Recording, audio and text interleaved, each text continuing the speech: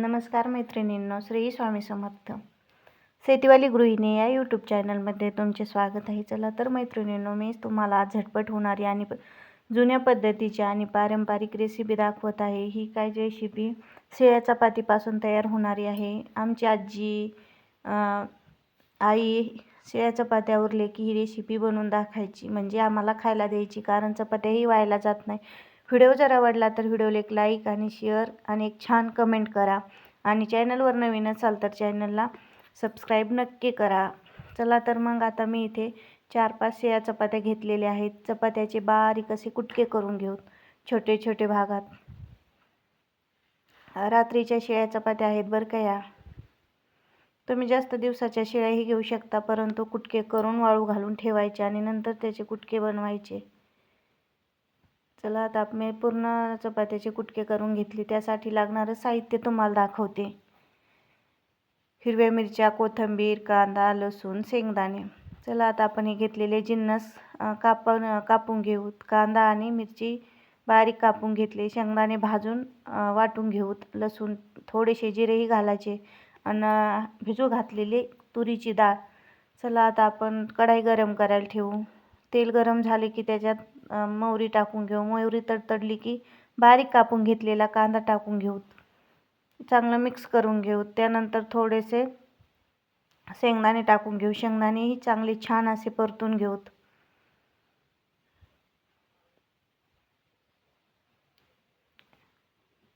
सर्व भाजल्यानंतर चांगलं तळल्यानंतर त्यात मिरच्या टाकून घेऊ आणि थोडेसे मसालेही टाकून घेऊ. तुमच्या आवडीनुसार तुम्ही यात कोणतेही मसाले घालू शकता. चाट मसाला, गरम मसाला, परंतु मी इथे लाल तिखट आणि चाट मसालाच घालून घेतला, यामुळे आपली चव मस्त अशी लागते. चला आता आपण हे सर्व जिन्नस मिक्स करू आणि छान तळून देऊ. तळल्यानंतर त्याच्यात आपल्या चपात्याच्या अंदाजाप्रमाणे पाणी घालायचं. थोडंसं कमीच पाणी घालायचं, कारण आपल्या रात्रीच्या चपात्या आहेत. चला आता आपलं मस्त तळलेलं आहे. त्याच्यात आता आपण पाणी घालून घेऊ.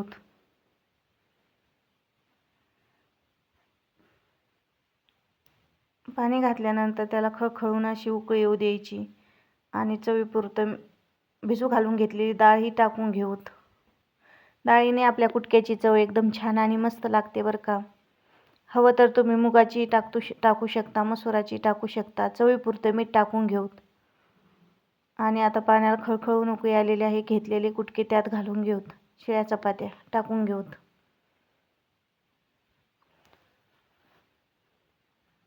चपात्या सारे चांगल्या छान अशा मिक्स करून घेऊ.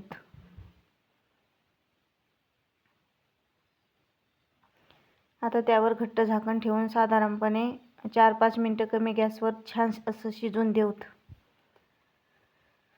शिजल्यानंतर तुम्हाला दाखवते किती छान आणि मस्त असं आपले कुटके शिजलेले आहे. सुगंधही एकदम छान आणि मस्त असा येतो बरं का. चला तर मग झटपट होणारी आपण रेसिपी पाहिलेली आहे. चला आता आपण जेवायला घेऊ. किती छान आणि चटपटीत असे आपले कुटके तयार झालेले आहेत. जुन्या रेसिपी खरंच खूप छान लागतात. तुम्ही या पद्धतीचे जर तुमच्या चपात्या शिल्लक पडल्या तर लगेच कुटके करून खाऊ शकता. एकदम छान आणि मस्त लागतात.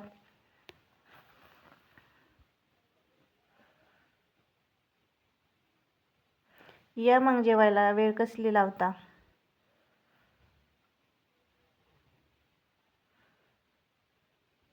कुटके, डाळीचा लाडू, गऱ्याचा लाडू आणि आंब्याचे काप. याच्यासोबत लोणचं तर एकच नंबर लागतं, परंतु आंबा होता त्यामुळे मी लोणचं घेतलेलं नाही.